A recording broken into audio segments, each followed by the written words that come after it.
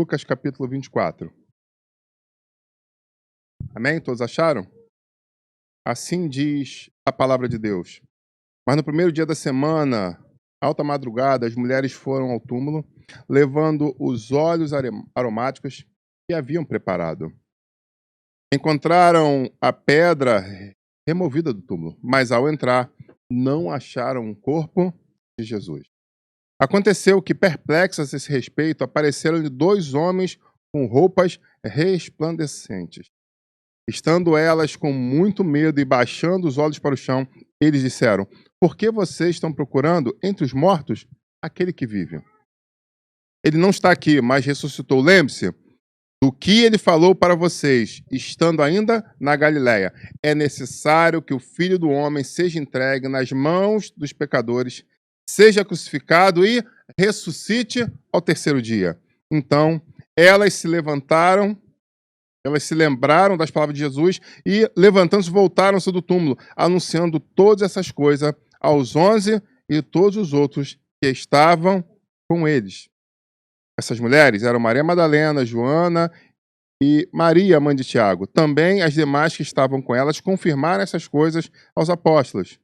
Mas, para eles, tais palavras pareciam um delírio. Eles não acreditaram no que as mulheres diziam. Pedro, porém, levantou-se e correu ao túmulo.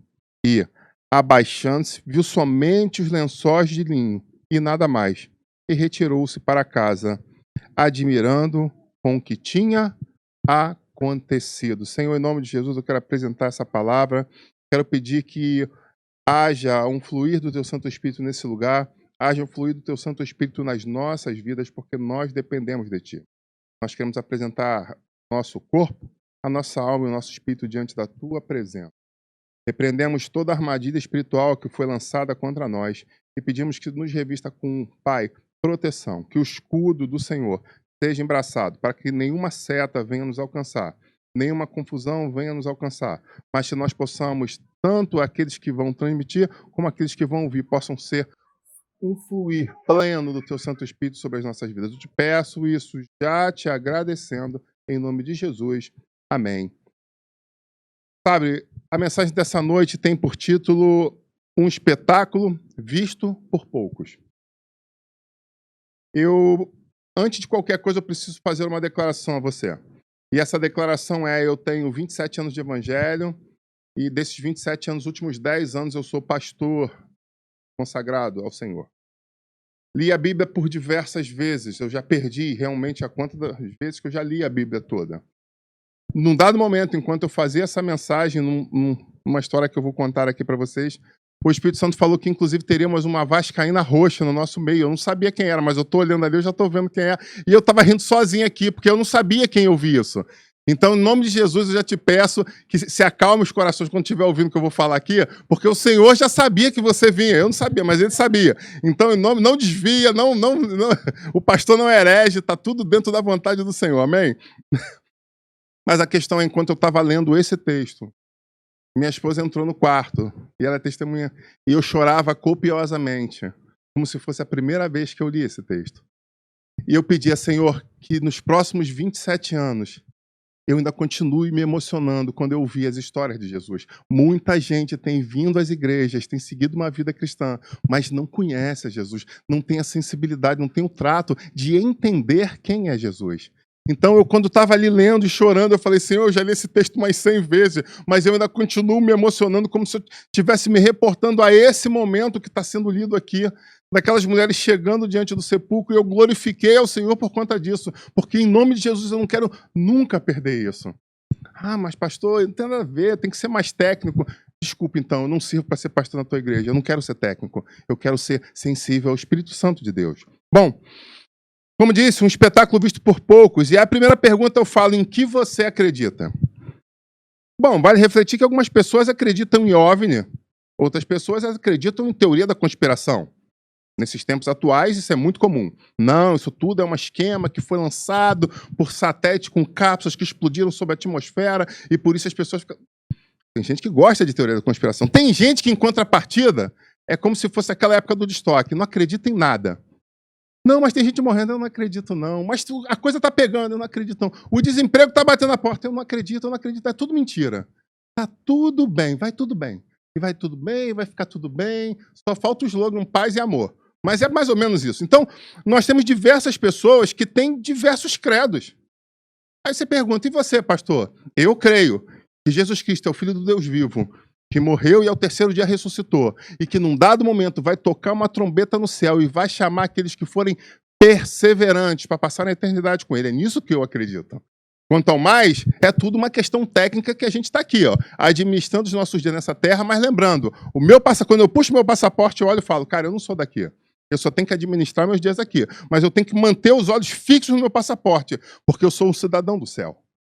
E esse é o nosso objetivo aqui, trazer você a refletir sobre qual é realmente a tua cidadania. Amém?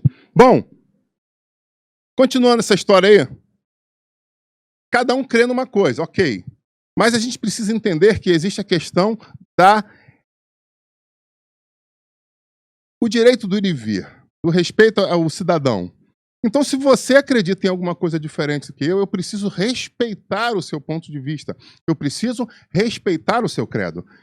E olha que muitas vezes a gente está falando, não precisa nem falar em credo, porque até mesmo dentro da igreja existem diversas linhas teológicas que falam de coisas que muitas vezes são antagônicas, né? Mas não quer dizer que se você acredita de uma vez, você acredita de uma outra forma, que eu vou ter problema com você. Não. Nós precisamos lembrar uma conversa muito interessante por grandes teólogos no século XV, quando falava aquilo que nos une é muito maior do que aquilo que nos separa. E talvez seja essa uma visão que muitos crentes precisam ter. Não, mas o irmão é daquela igreja lá, do bispo. Não, ali não. Glória a Deus que ele é meu irmão. Ah, não, mas o outro é daquela igreja que é do apóstolo fulano de tal. E ali, meu irmão, somos irmãos em Cristo Jesus. Ah, um é tradicional, outro é pentecostal. Nós somos servos do Deus Altíssimo. Todos nós estamos ouvindo homens que estão nos direcionando por questões teológicas, doutrinárias, mas principalmente com o ouvido atento para o tocar da trombeta de Deus, do chofar de Deus. Essa é a grande questão. E eu preciso estar junto com o meu irmão em todo o tempo, convidando ele ao quê? A estar atento, para que nós não venhamos a perder esse grande toque. Amém, igreja? Bom, aos olhos técnicos, a gente olha o que aconteceu com Jesus e eu te digo que muita gente estava abandonando o barco porque, aos olhos dele, ele tinha falhado. Ele foi vencido pela cruz, colocou tudo a perder, foi preso e morreu. Agora está morto e toda aquela teologia que estava sendo prega se perdeu por conta disso. Muita gente acreditava assim. E muita gente tem uma distorção sobre o que é vitória. Sabe, a gente já ministrou sobre aqui e o Espírito Santo tem falado no meu coração para trazer essa ministração daqui a pouco tempo, quando eu expliquei sobre o que é uma batalha, trazendo um paralelo sobre o que aconteceu na história da humanidade no dia D. Comemoramos mais um aniversário há poucos dias atrás sobre a questão da batalha do dia D, a batalha da Normandia. Então algumas pessoas já ganhamos a batalha da Normandia, chegamos na França, acabou a guerra. Acabou a guerra não, aquilo ali era só uma batalha que tinha sido vencida e ainda tinha mais quase 1 ano e meio pela frente de combate, não tinha nada acabado. Era só um grande combate vencido, onde as pessoas conseguiram um ponto de contato para desembarcar tropas, para agora a guerra ficar mais palpável no campo da infantaria. Era só isso, não tinha nada vencido. Na mesma forma, a gente vê essa história de Jesus. Muita gente já deu como perdido, mas calma aí, calma. Calma, respira. Porque o terceiro dia está começando.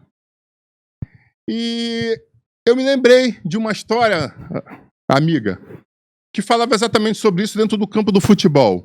Mas em 27 de julho de 2011, na Vila Belmiro, o Brasil viveu um dos maiores jogos da história, isso dito pela FIFA e pela imprensa especializada, um dos maiores jogos de futebol da história do Campeonato Brasileiro.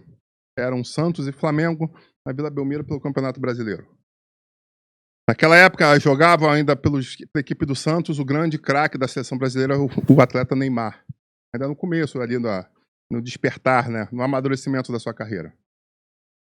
E o Flamengo vinha de uma grande arrancada no Campeonato Brasileiro, se não me falha a memória, estavam mais 6, 7 rodadas invicto, já estava invicto, né? E muita gente já sentia a taça. E de repente aparece o Santos, que era um grande, né, rival, naquela competição. E o Santos começou o jogo de uma forma avassaladora e logo em poucos minutos já estava 2-0 o Santos. E é interessante que eu era na época ainda curtia mais futebol, hoje em dia eu praticamente não estou mais ligado em questões de futebol, mas naquela época eu não assistia jogos. Depois que você é pastor, você não tem mais tempo para isso. Né? E eu estava ali assistindo o jogo e quando foi 1-0, tranquilo, vida que segue. Poucos minutos depois, 2-0, aí tu já sente aquele gostinho, tipo assim, opa, E quando deu 25 minutos do primeiro tempo, veio a tristeza, a surpresa, a glória, e você pode botar um monte de palavras, e eu vou explicar por quê. Neymar lança a mão da bola e ele faz uma jogada, nada menos do que a palavra genial a ser dita, uma jogada que marcou ele naquele momento como sendo a jogada e o gol mais bonito do ano em todo o mundo. Ele ganhou um prêmio da FIFA por melhor gol do mundo no ano de 2011 e é o maior da carreira dele, que foi exatamente esse terceiro gol nesse jogo, e o Santos ali abria 3-0 com 25 minutos do primeiro tempo.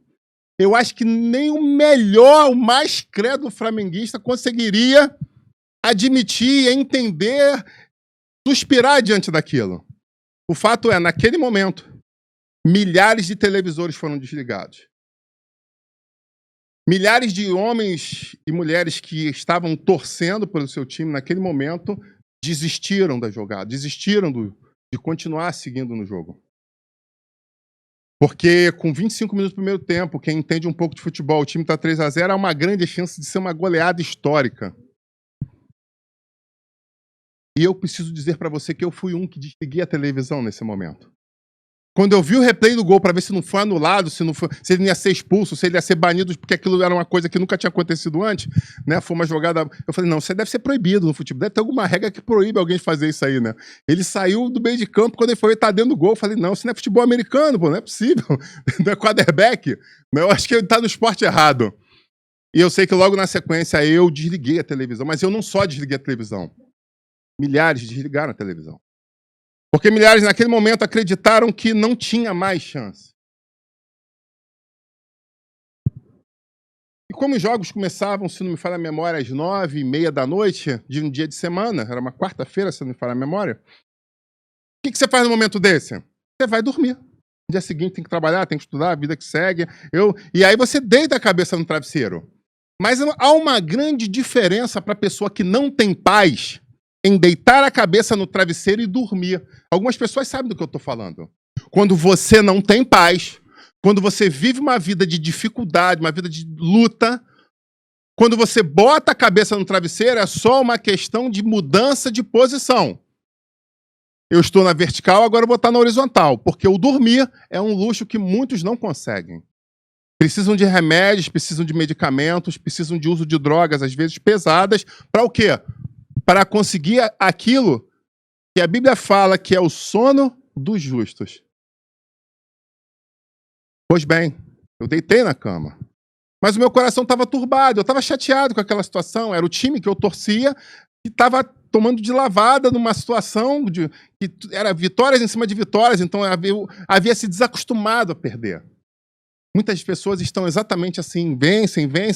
É bom vencer, claro que é bom vencer. Eu não sou louco de dizer diferente.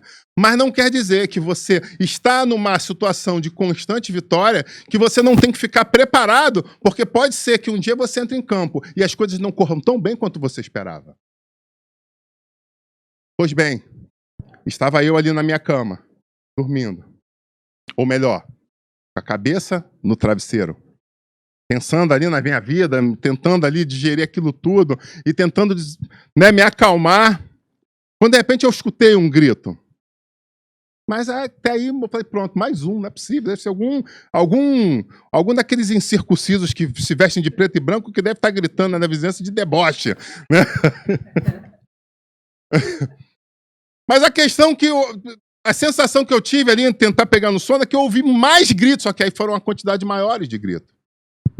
E eu falei, poxa, de novo, meu Deus. Não, calma aí.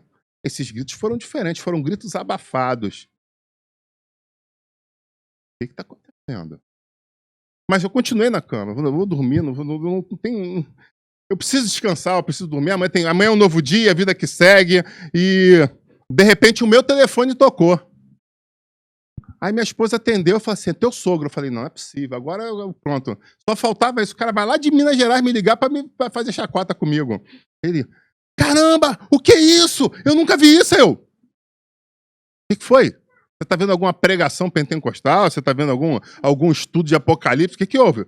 Porque meu sogro não gosta de futebol. Ele não curte futebol, não tem time. Futebol e ele é totalmente avesso ao futebol. E ele estava me ligando para me parabenizar por aquele tão belo espetáculo. Eu falei, do que?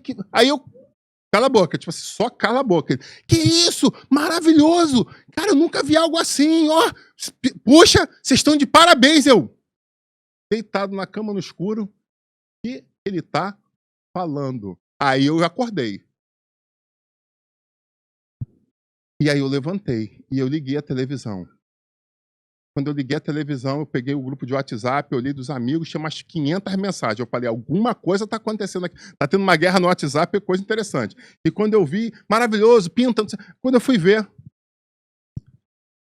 algo tinha acontecido de inesperado naquele jogo. Pois bem, o Flamengo, alguns minutos depois, conseguiu fazer o primeiro gol. E é interessante que eu vou fazer aqui um paralelo e eu quero que você entenda que eu não estou de forma alguma fazendo uma comparação da magnitude das histórias. Não é esse o meu objetivo. Eu só estou fazendo um paralelo para você entender, para que a gente possa chegar a um objetivo. E esse sim é o principal de todos. Naquele momento, aos 28 minutos do segundo tempo, o Flamengo fez um gol. E uma pequena parcela dos torcedores ainda estavam na televisão ligada, alguns que talvez estivessem na rua. Eu acredito até estavam alguns no bar se embebedando para tentar esquecer aquela dor. Ou alguém, porque tinha alguém da família que não era, que estava tipo assim, não, agora deixar ligado, para espezinhar, né? Porque a maior parte desligou, fato. Eu perguntei depois para vários, você viu o segundo? Não, não vi não. Não vi, porque já, eu tinha... Então, eu conversei com diversos amigos que são... E todos falaram, eu desliguei. Depois daquele gol que o Neymar fez, não tive como. Eu desliguei a televisão. Falei, não, tá demais, eu vou ter um infarto aqui. Então, a maior parte não viu essa história que está sendo contada, a não ser o que foi relatado por terceiros. E quem é inteligente já está começando a entender o que eu quero dizer. Sabe, eu ouvi dizer que num ato de bravura, o Flamengo foi lá e fez o primeiro gol aos 28.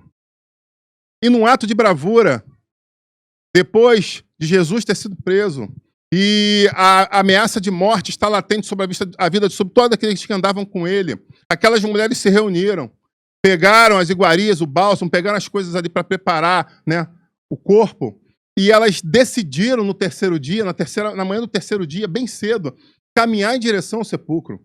Mas é interessante lembrar que existiam soldados com ordens expressas guardando aquele lugar. Mas elas tiveram coragem de ir. Sabe, eu acredito que assim como no primeiro gol do Flamengo, a caminhada daquelas mulheres talvez tivesse uma sensação muito parecida. Eu sei que eu preciso fazer isso, mas não vai mudar nada. Você está entendendo isso? Eu vou lá, porque eu preciso ir. Assim, aquele jogador estava em campo, mas tipo assim, eu fiz um gol, ufa, pelo menos a humilhação vai ser menor. Mas eu acredito que o mais crédulo não conseguia acreditar que aquilo fosse trazer alguma reação. E da mesma forma, aquelas mulheres, enquanto caminhavam, eu acredito que nenhuma delas nunca conseguiria imaginar o que estava por acontecer. Mas passaram 3 minutos no jogo e o Flamengo fez o segundo gol. O que ninguém esperava também aconteceu. E quando o segundo gol aconteceu, eu imagino que muitas pessoas olharam um para a cara do outro, os jogadores olhando para... Calma aí. Com 25, a gente estava perdendo 3-0.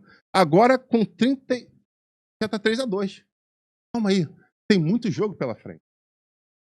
Não vamos desistir. Eu fico imaginando um olhando para o outro, falando, vamos desistir, vamos continuar. E da mesma forma, aquelas mulheres, a história que a gente lê, o texto que a gente leu é bem claro quando fala que aquelas mulheres, ao chegarem naquele sepulcro, elas se deparam com uma situação, porque quando a gente pega os sinópticos e lê em todos eles, a gente vai ver que o quê?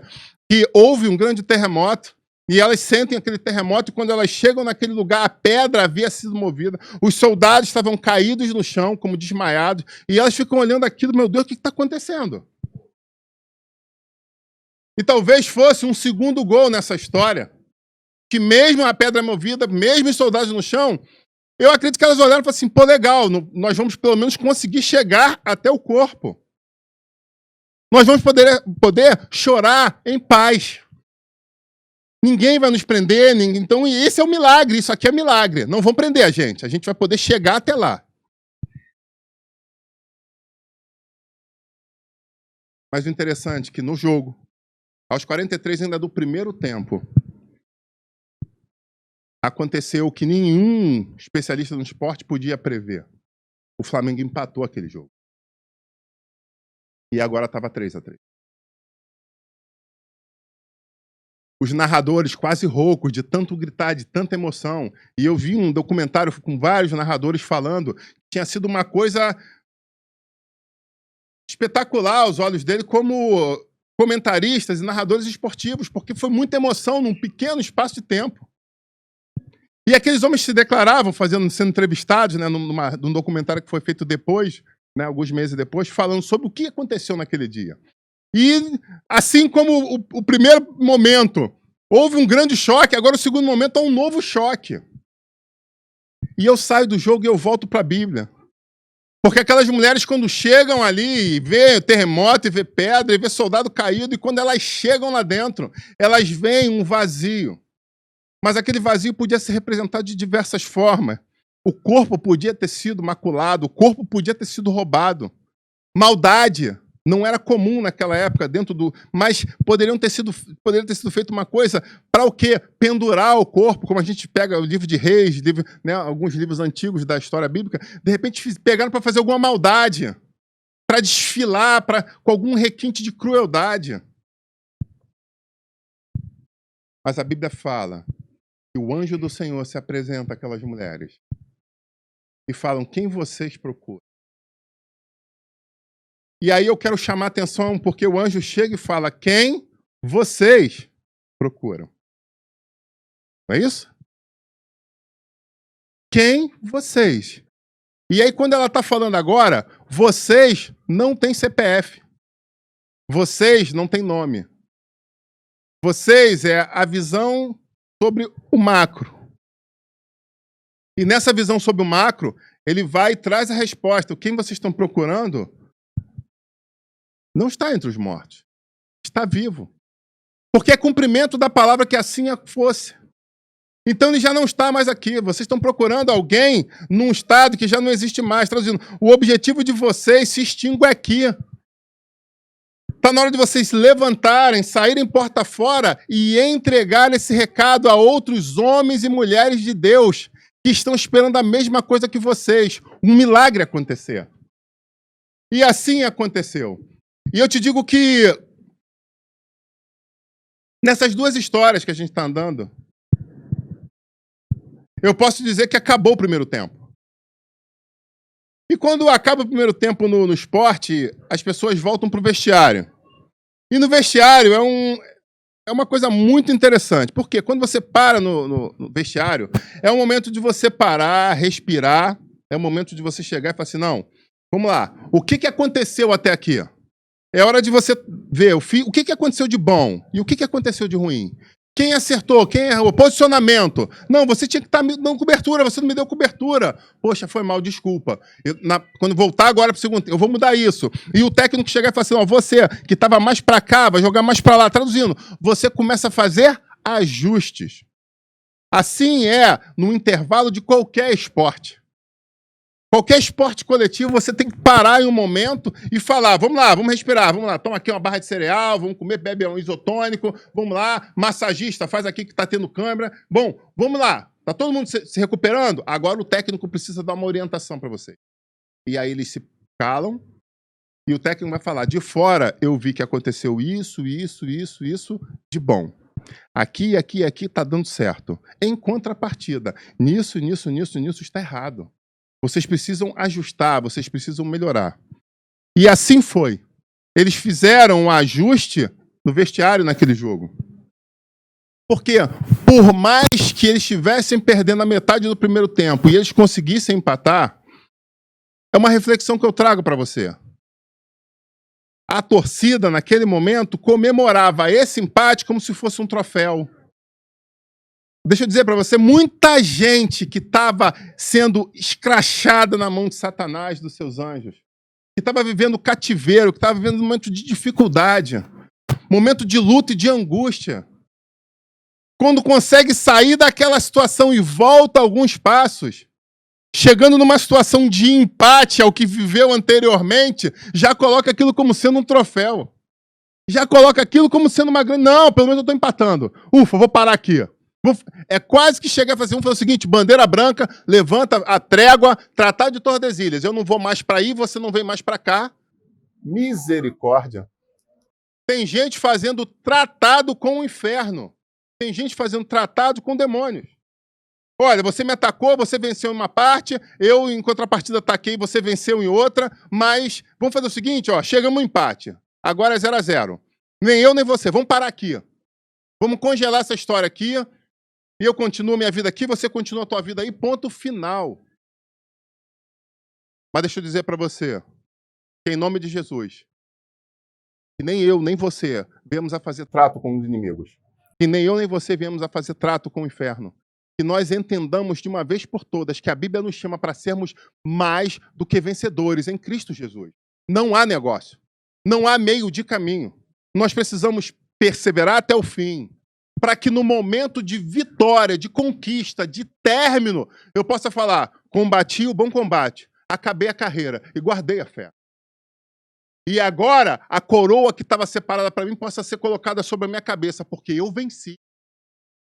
E quando ele chega, o apóstolo Paulo fala sobre essa, eu venci. Quando o Cristo pode falar, eu venci. Ele diz para mim e para você, se eu conseguir, você também vai conseguir. O que não pode acontecer é você negociar no meio do caminho empates como se fossem derrotas. Não, de forma alguma. Nós temos que lutar esse bom combate olhando para os 3 pontos como se fosse no esporte. É como aquele time que entra em campo falando, se eu não vencer esse jogo, se eu não ganhar de 2, eu vou ser rebaixado. Acabou. O meu contrato vai perder, meu salário não vai ser pago, meu clube praticamente fecha. Então aquelas pessoas às vezes entram com sangue nos olhos, como se diz na gíria, querendo lutar por um algo maior. É isso que eu e você temos que fazer. Parar com esse cristianismo medíocre e fazer aquilo que Cristo chamou eu e você para fazer. Nos colocarmos na posição correta. Tá, deixa eu falar uma coisa para você. Muitas pessoas estão virando críticos de cinema. Não, críticos de igreja. Certa feita eu escutei de um universitário que disse que os maiores críticos são produtores frustrados. Profundo isso. Isso aqui é profundo, hein? Muitos daqueles que se especializam em olhar a crítica, olhar o erro do outro, são, na verdade, pessoas que gostariam de estar naquela posição, que trabalharam como auxiliares e que não deram ponto, se frustraram e se especializaram em ver o erro. Deixa eu falar uma coisa para você. Freud é muito contextual nisso, eu já expliquei isso para você. E quando nós temos a tendência de olhar uma coisa e aquela coisa nos incomodar muito, acredite, aquele é o nosso chamado. Aquela é a nossa vocação. Uma vez eu escutei isso de um pastor amigo meu e ele falou com muita propriedade, muitos anos atrás, eu tinha acabado de ser consagrado, ele falou, acredite, isso que a gente está conversando aqui te incomoda muito. Eu falei, sim, guarde muito forte no meu coração, de uma forma simples eu posso te dizer, te incomoda porque você foi chamado para fazer isso. Eu fiquei chocado, eu falei, como assim ele? Se isso te incomoda demais, é porque você tem um chamado para fazer isso da melhor forma possível, para mudar essa história, para completar a sua igreja, para ser parte de um organismo vivo. Sabe, muita gente tem sentado, pegado o baldão de pipoca e só falando, isso está errado, isso está errado, isso está errado, isso está errado. Antigamente, alguns ainda tinham coragem de falar, se fosse eu, faria diferente. Mas agora, se você notar nas rodas de debate de críticos, nem isso se fala mais. É verdade ou não é? Tem um pouquinho mais antigo que vai falar, não, se eu tivesse lá, eu faria diferente. Não era assim? E agora, acontece isso? Para pensar. Eu quero chamar você, pense. Não falam mais. Nem essa frase, que era muito falada, se fala mais. Não falam. Porque tem um ditado popular que diz, vai que passa o anjo e fala amém. Não tem... O pessoal não brinca, vai que passa o anjo e fala amém aí, ó. Vai... Então eles nem falam isso. No lugar dele eu faria. Não falam mais. Eles só criticam. Elas só apontam a falha. Eles só apontam a fragilidade.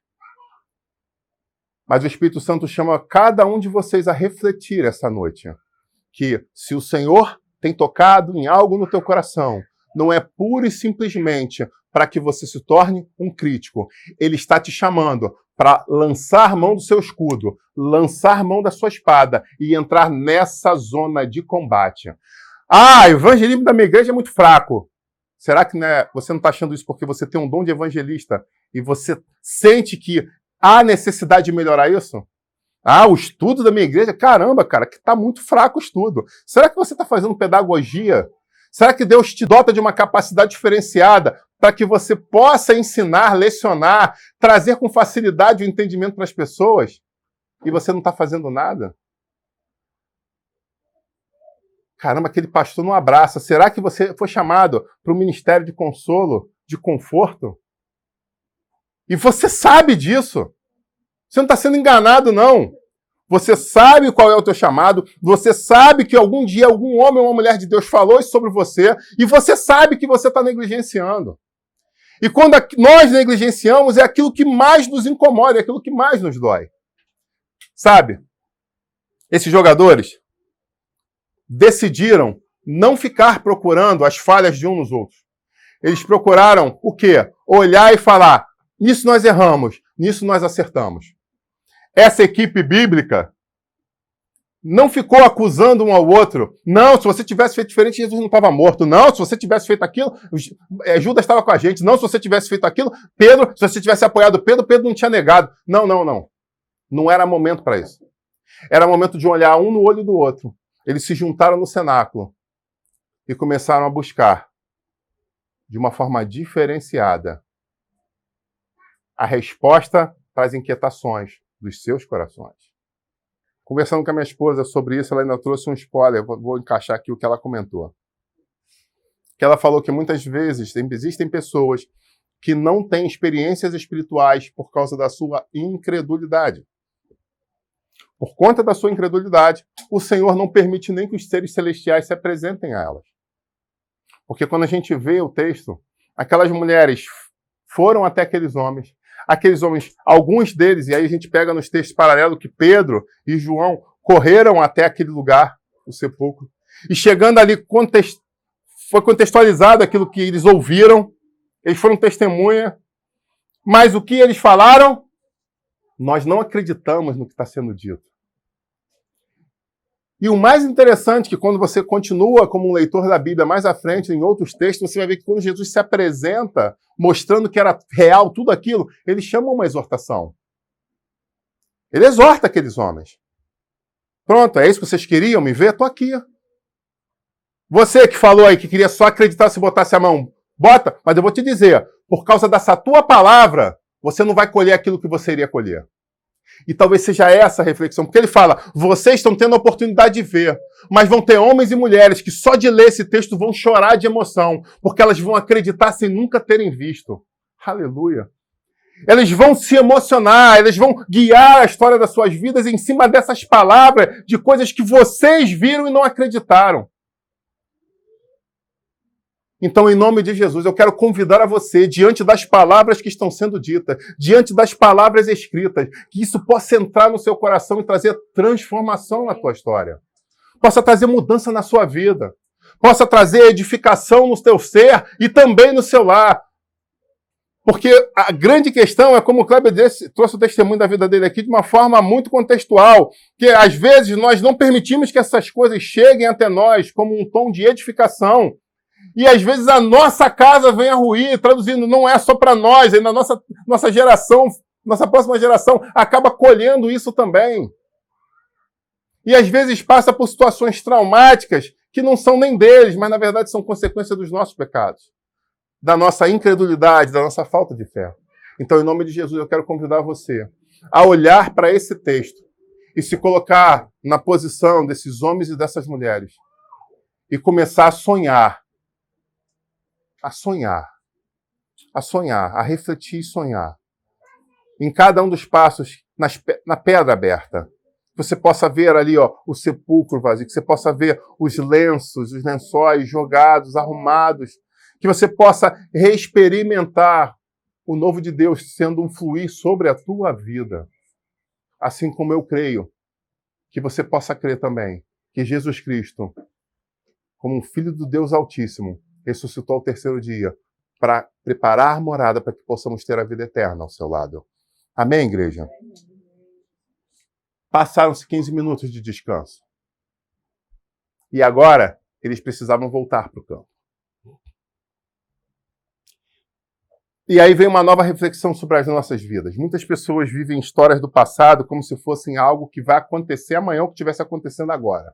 Eu acredito que todos vocês conhecem pessoas que são assim. Não, é porque eu tive uma experiência. Aí o Kleber chegou e contou aqui, não, eu estava com o Eduardo no evangelismo e o rapaz, quando pegou aquela comida, falou assim, comida é mole, dá. Comida tem um monte de gente que vem dar aqui. Eu quero saber se vocês estão dispostos a orar por mim, clamando por libertação sobre a minha vida. Sabe por quê? Porque ele sabe que obra social não é suficiente. Que diminuir o karma não é o suficiente para a situação dele. Porque ele sabe que muita gente sai para a noite para dizer, eu sou bonzinho. Tá vendo como é que eu faço? Deixei a minha família, vim para cá correr risco. Mas, na verdade, o que está inflando é o seu ego. É sua autoestima. Não está fazendo aquilo com o coração aberto, realmente. Pastor, mas é complexo, você está julgando? Não estou julgando. Na verdade, eu como psicanalista estou falando o que eu vejo, o que eu estudei, o que eu entendo de temperamento humano. Então, por isso que eu estou falando com tanta propriedade. Porque eu conheço, estudei, gastei um tempo estudando sobre o quê? Sobre o ser humano. Então, eu procuro entender o ser humano espiritualmente dentro da Bíblia Sagrada e também analiticamente dentro dos estudos de uma faculdade. Então, a gente consegue tentar, a gente tenta, né? Pelo menos tenta, cobrir ali de várias, num amplo aspecto, a situação para tentar ajudar o ser humano a ser melhor. Assim como eu faço quando eu olho no meu espelho para mim mesmo. Porque eu sou um homem falho, cheio de falhas, mas que a cada dia não se contenta com elas e tenta melhorar. Essa talvez seja a grande questão. Eu sei. Você é isso. Isso eu sei também. Sei. Você não tem ideia, eu estou jejuando por causa disso. Aquilo ali, eu estava no monte clamando, exatamente isso que você falou agora. É por isso, era isso que eu estava chorando no monte. Se eu tivesse do monte, você tinha escutado até eu falar em voz alta, Senhor, me liberta desse meu erro, dessa minha falha. Sabe, a gente está precisando de menos críticos e mais amigos. Menos críticos e mais servos. Menos críticos e mais ombros. Que em nome de Jesus, você possa ser um ombro para a tua igreja. Que você possa ser um ombro para o corpo de Cristo. Sabe, não é denominacional. É corpo. É Cristo. Que nós possamos amar uns aos outros, que nós possamos ajudar os nossos irmãos, que a gente possa pagar preço pelos nossos irmãos, sonhar e chorar com eles. Sim, Kleber, muito profundo o pedido daquele homem. Muito, muito profundo. A comida, um monte de gente vem aqui dar. Gente que eu olho, eu vejo o capeta incorporado do lado dela, tá me dando comida. Mas o que eu estou precisando mesmo é ser liberto. Isso você pode me dar? Porque é isso que eu estou precisando. Isso aqui vai encher minha barriga e eu vou continuar sendo cracudo nesse mundo. Vou continuar morando papelão embaixo de um viaduto. O que eu preciso é mudar essa minha história. E eu estou preso espiritualmente. O que você tem para me dar? Talvez seja essa a grande pergunta que o Senhor nos traz essa noite. Porque essa mensagem não é de futebol. Essa mensagem vai falar sobre a questão de transformação de histórias. Essa mensagem vai falar sobre o terceiro hábito, bater na porta e falar assim, acabou os 15 minutos, volta para o campo. E aí você vai decidir ficar dentro do alojamento, escutando a torcida do adversário gritando e perder por WO? Ou você vai ter coragem de abrir a porta daquele alojamento, daquele lugar que você está escondido? Subir a escadaria e voltar para o campo do inimigo, onde talvez 10, 20, 50 mil pessoas estejam gritando o nome do outro time, te odiando, querendo ver você ser humilhado. Mas você acredita no teu técnico. Você acredita na camisa que você veste. Você acredita nos companheiros que estão ao teu lado. Você acredita porque nós somos uma equipe. Está na hora de parar de ser individual e acreditar que você aqui é uma equipe. Está na hora de você entender, se eu sou lateral direito, eu tenho que jogar como lateral direito e não tenho que fazer gol. Se eu sou goleiro, eu não tenho que ficar brincando com a bola no meio de campo, não. Quem é você? Para o que você foi chamado? Talvez seja essa a grande pergunta dessa mensagem essa noite. Qual é o teu chamado e o que você tem feito com ele?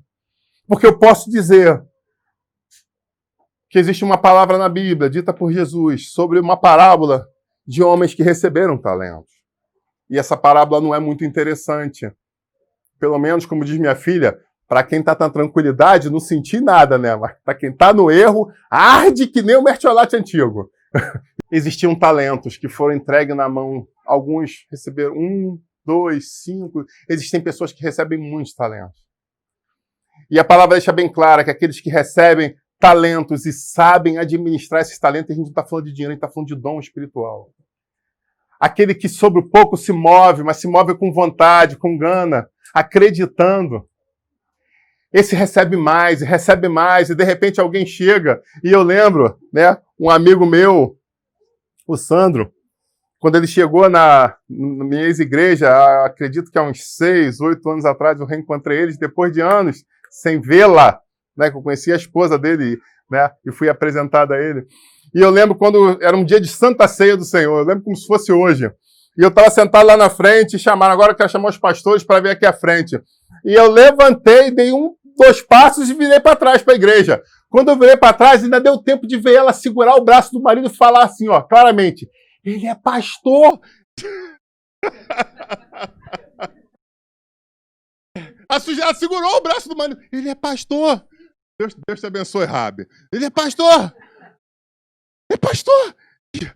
Aí eu só fiquei esperando ela falar assim, que igreja é essa? Mas ela não falou não, ela parou por aí. Né? É pastor? Aquele ali? Não, você não conhece ele. Eu conheci ele. Na pista eu conheci ele.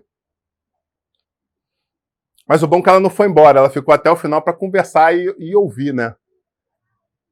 E aí... E Deus faz algumas coisas assim tão interessantes que quando acabou o culto, tá o filho dele conversando com a minha filha. Não dava nem para fugir. Os dois andaram na mesma direção. E eu olhando assim, eu falei assim, Jesus, toma conta. Né? E aí cheguei, como vai? Tudo bem? Um prazer, tal. Lembra de mim? Lembro. Coisa que eu falei, eu vi que lembrou. Eu lembro. Você.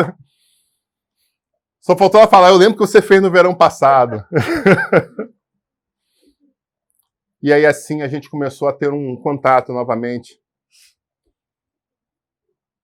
E eu pude mostrar para ela, Deus me deu a oportunidade de mostrar para aquele casal que existiu transformação na minha vida.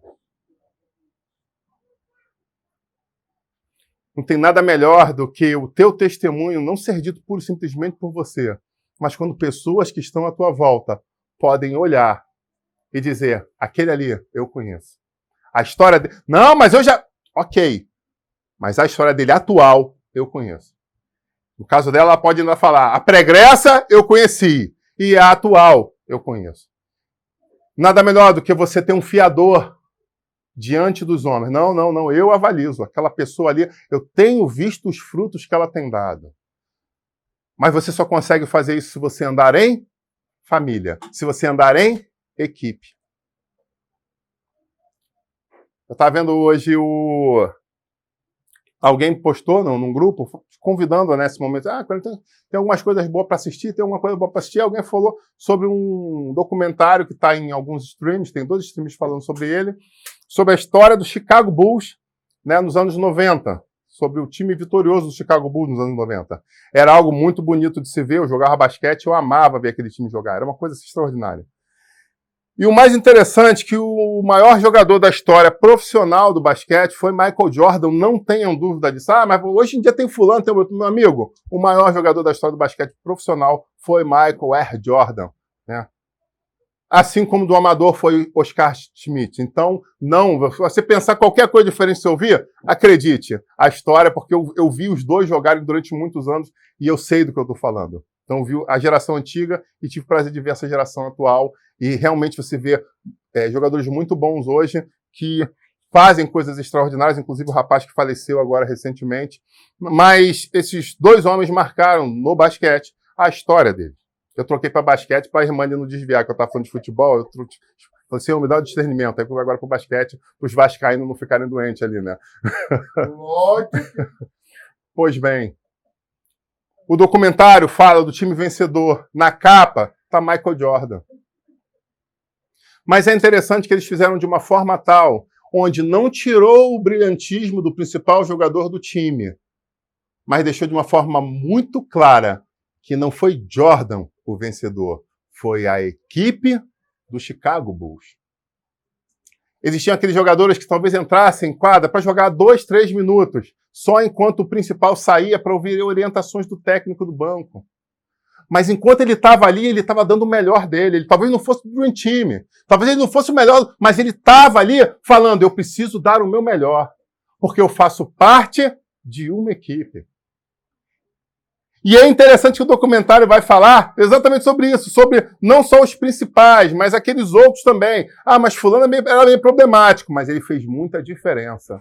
Se não fosse essa situação, nós não teríamos ganho um campeonato. Então, é muito importante você entender, como igreja do Senhor, que nós só somos igrejas vencedoras quando, e aí eu estou falando porque eu estou falando na internet também, além do presencial, então existem outras pessoas de outras igrejas assistindo. E essa mensagem é do Senhor para o corpo de Cristo, não é somente para Goel.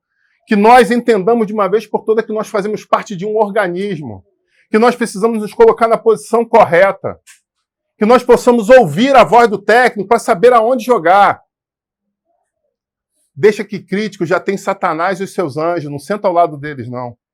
Não seja mais um para fazer coro com o inferno, torcendo pela derrota da igreja, não. Que você possa ser, sim, nesse dia de casamento, um maquiador, alguém que passa o voal, alguém que coloca as dúvidas. Que você esteja focado para que esse casamento dê certo, porque nós somos a noiva de Cristo, e a igreja está se ataviando, está se preparando para esse grande dia. Que você possa lustrar os bancos, que você possa trocar lâmpadas que estão queimadas, que você possa fazer com que isso aconteça, e não por simplesmente falando, não, esse buffet é ruim, ó, aquela iluminação está fraca, e essa equipe de vídeo vai dar errado, vai faltar no dia, não, chega. Mesmo que você um dia tenha feito isso, eu quero te convidar em nome de Jesus a primeiro pedir perdão ao Senhor. Porque é muito importante nós verbalizarmos, visto que quando Jesus chega diante daqueles homens que andaram com ele, ele puxou a orelha. Queria botar a mão? Pois bem, o que aconteceu com esse? Se você não sabe, vai ler a Bíblia. Se quando eu estou dando aula para concurso eu fico dando certos spoilers, então, poxa, crente, vai ler a Bíblia. Vou botar referência depois. Amém? Eu dou uma pausa aqui, eu queria só terminar um detalhezinho do jogo do Santos e Flamengo. Aquele time aceitou subir de novo para o vestiário, sair do vestiário e voltar para o campo. E sabe o que é mais interessante? Eles estavam hiper felizes, porque conseguiram, né, em 25 minutos tomar 3 e em 20 minutos, em 22, em 18 minutos mais ou menos, eles conseguiram fazer 3. Nesse meio de caminho teve um pênalti contra eles e o goleiro defendeu, traduzindo. Eles estavam hiper felizes. Estava tudo dando certo. E eu imagino que aqueles caras, quando subiram ali, falaram assim, cara, agora vai ser totalmente diferente. Mas quando a bola começou a rolar, deixaram a bola no pé do Neymar de novo. Meu Deus do céu, cara. Esse negócio de futebol, torcer contra o Neymar é complicado. Porque ele tem uma mania feia de ficar fazendo gol. Falei, meu Deus do céu, cara, tava tudo indo tão bem, agora o Neymar se irmão de fazer outro gol, de novo a gente tá perdendo. Caramba, que chato, tá tudo dando tão certo, de repente vai lá Neymar para um 4-3. Mas dessa vez aconteceu diferente. Porque dessa vez as televisões não se desligaram. Os torcedores continuaram incentivando e acreditando no seu time. E o seu time se sentindo abraçado pela sua pequena torcida que tinha lá na época, mas sentindo a vibração, as orações, entre aspas, ou como diriam os Rastafaris, as positive vibration, né? As vibrações positivas.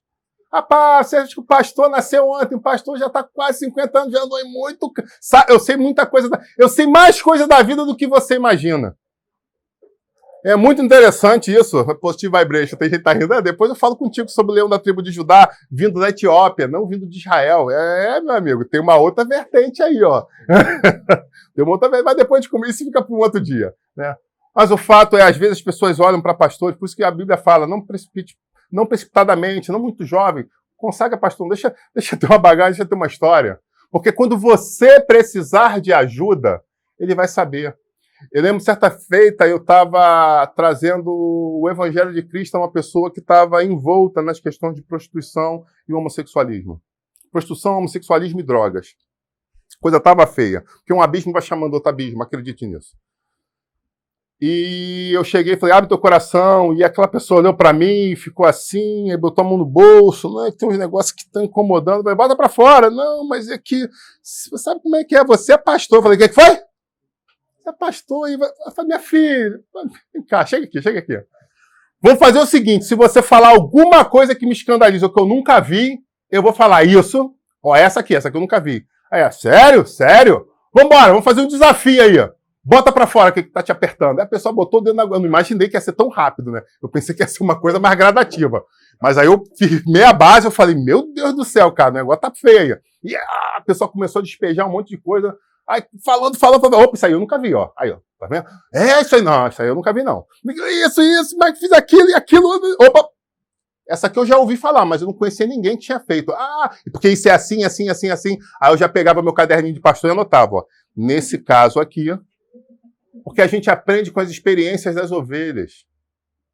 Porque aquela estava sendo liberta e eu sabia que num outro momento viriam outras pessoas que precisariam. Eu não precisava passar por aquilo. Em nome de Jesus, entenda isso. Você não tem que cair para aprender.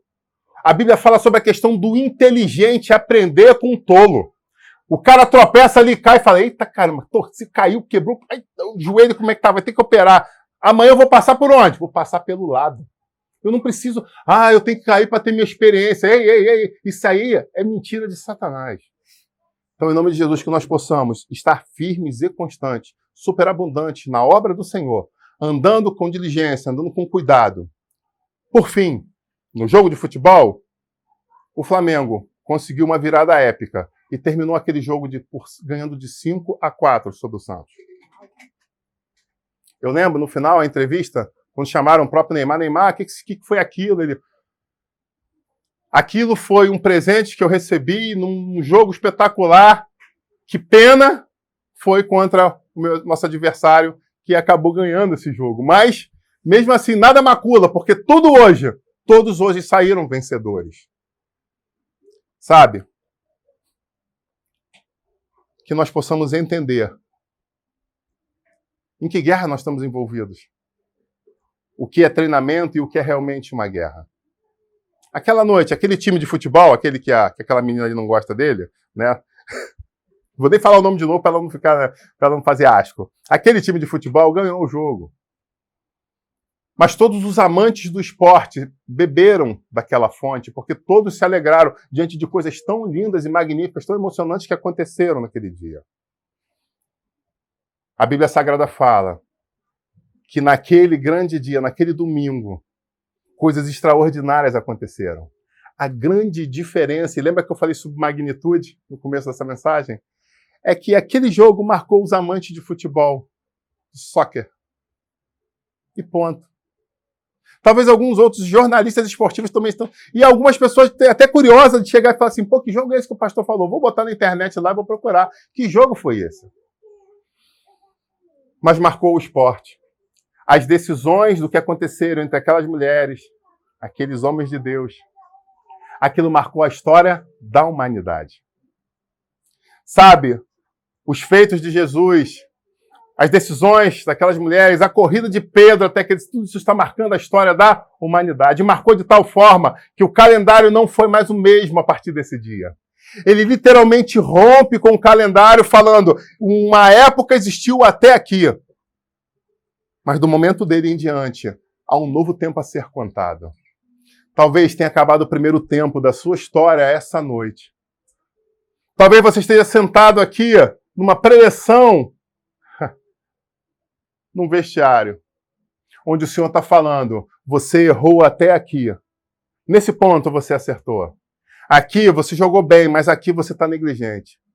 Aqui eu te dei um talento e você usou bem até aqui, até os 15 do segundo tempo. Você usou muito bem o teu talento, mas daí para frente você guardou ele no teu bolso.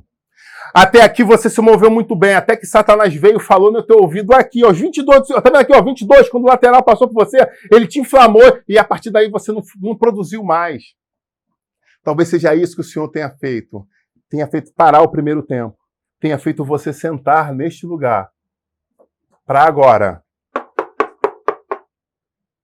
o juiz bater na porta e convidar você a se levantar uma pessoa melhor, uma pessoa centrada, e uma pessoa que sabe que quando acabar esse culto, o que precisa fazer e que em nome de Jesus vai fazer. A sua vida não pode mais ser a mesma. Você não pode mais deixar os dias passarem de qualquer forma. É momento de recomeçar. É momento de reconquistar. É momento de tomar de volta aquilo que te foi roubado. Entre essas coisas, a felicidade. Está na hora de você agradecer por todas as conquistas e acertos que você tomou, mas não é mais tempo de você ficar vivendo de histórias do passado. Tem tanta coisa acontecendo. Tem tanto campeonato pela frente. Aleluia. O Senhor está chamando, vai, arruma teu uniforme, bota a camisa para dentro, ajusta teu meião, amarra a tua chuteira e vamos voltar para o campo, porque tem muita coisa para acontecer. Profeticamente, eu quero te convidar a se colocar de pé agora. João 20, a partir do verso 11, a continuação dessa história. Depois que aqueles dois homens vão embora, alguns correm, alguns voltam para contar o que estava acontecendo. E o verso 10 diz o seguinte: e os discípulos voltaram outra vez para casa. E eu quero chamar a tua atenção para o que acontece.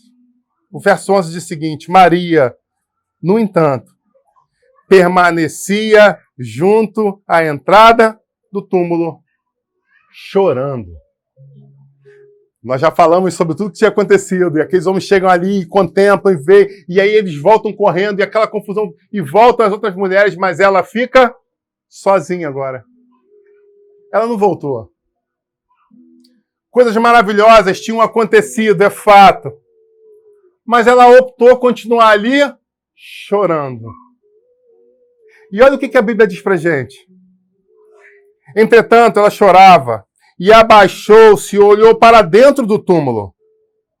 E ela viu os dois anjos vestidos de branco, sentados onde o corpo de Jesus tinha sido colocado. Um à cabeceira e outro aos pés. Então eles perguntaram, mulher, por que você está chorando? E ela respondeu, porque levaram meu Senhor, e eu não sei onde puseram. Talvez você olhe para esse texto e fale, cara, não é possível. Depois de tudo isso, ela ainda está procurando onde botar um corpo.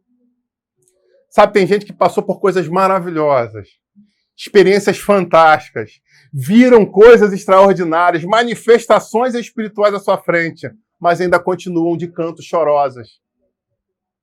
Procurando motivo para chorar. Procurando motivo para ficar na deprê. Procurando motivo para achar que não é digno. Só que a história continua. Eu convido você a acompanhar. Mulher, porque você está chorando? Ela respondeu, porque levaram o meu Senhor e não sei onde o puseram. Depois de dizer isso, ela se virou para trás e viu Jesus em pé, mas ele não reconheceu que era Jesus. Com isso a gente tem uma outra reflexão. Tem gente que está chorando, está clamando, e o Senhor está na frente dele, estendendo a mão para ele, dizendo, vem, eu estou aqui. E essa pessoa não continua com os olhos embotados, continua sem acreditar que é o anjo ou o próprio Senhor que veio com o seu socorro. Porque a Bíblia fala que ele é socorro bem presente na hora da tribulação. O texto continua. Depois de dizer isso, ela se virou para trás e viu Jesus em pé, mas não reconheceu que era Jesus. Então Jesus perguntou, mulher, por que você está chorando? A quem você procura? E ela, supondo que fosse um jardineiro, respondeu, se o Senhor o tirou daqui, diga onde o colocou e eu o levarei. Até que nesse momento, a Bíblia relata que Jesus diz: Maria. E nesse momento ela para e volta-se. Ele diz em hebraico, Rabone, que quer dizer mestre. Sabe, muita gente tem visto muitas histórias maravilhosas acontecerem.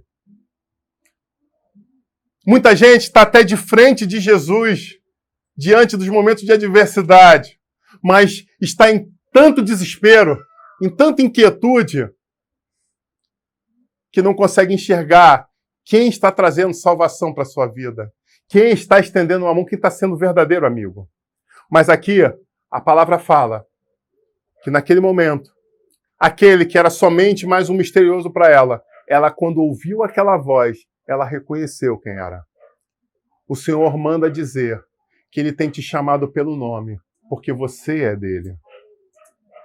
E diante dessa suave voz que soa ao teu ouvido, Ele te chama de volta para casa, para recomeçar a sua história. Sabe, eu quero só te pedir uma coisa profética. Volta onde você enterrou aquele talento. Mas ele vai... Calma, só volta.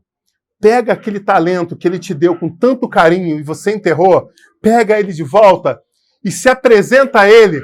Pede uma nova chance. Porque eu sei que ele vai te dar. Ele vai te dar uma nova chance de reinvestir aquilo que ele já tinha colocado nas tuas mãos. E eu profetizo que vai dar fruto a 5, a 10, a 100 por um em nome de Jesus. Porque é momento de prosperidade. É momento de frutificar. É momento de dar certo. Sim, é momento de viver um tempo novo ao lado do Senhor. Eu quero convidar você a inclinar sua cabeça.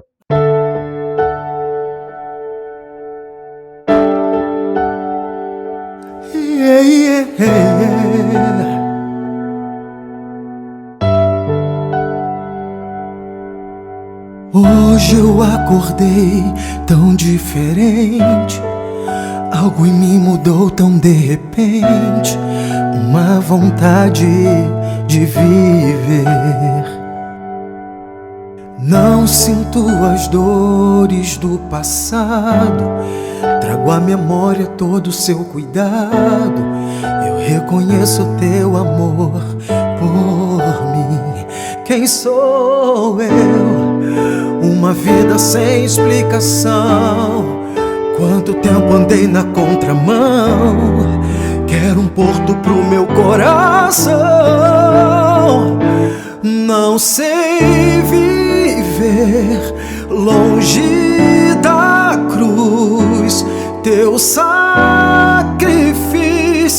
me resgatou. E hoje sou tão grato a ti. Tua morte trouxe vida para mim.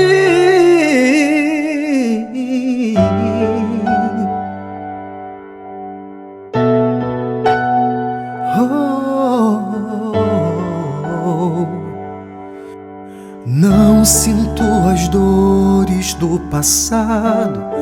Trago à memória todo o teu cuidado. Eu reconheço teu amor por mim. Quem sou eu? Uma vida sem explicação. Tanto tempo andei na contramão. Quero um porto pro meu coração. Não sei viver longe da cruz. Teu sacrifício me resgatou. E hoje sou tão grato a ti. Tua morte trouxe vida para mim.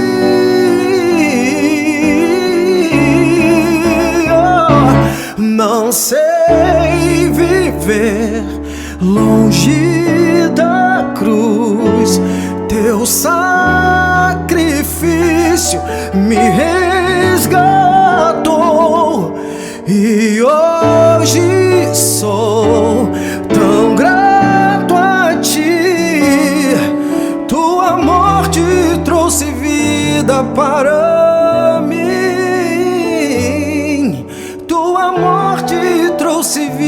vida para mim.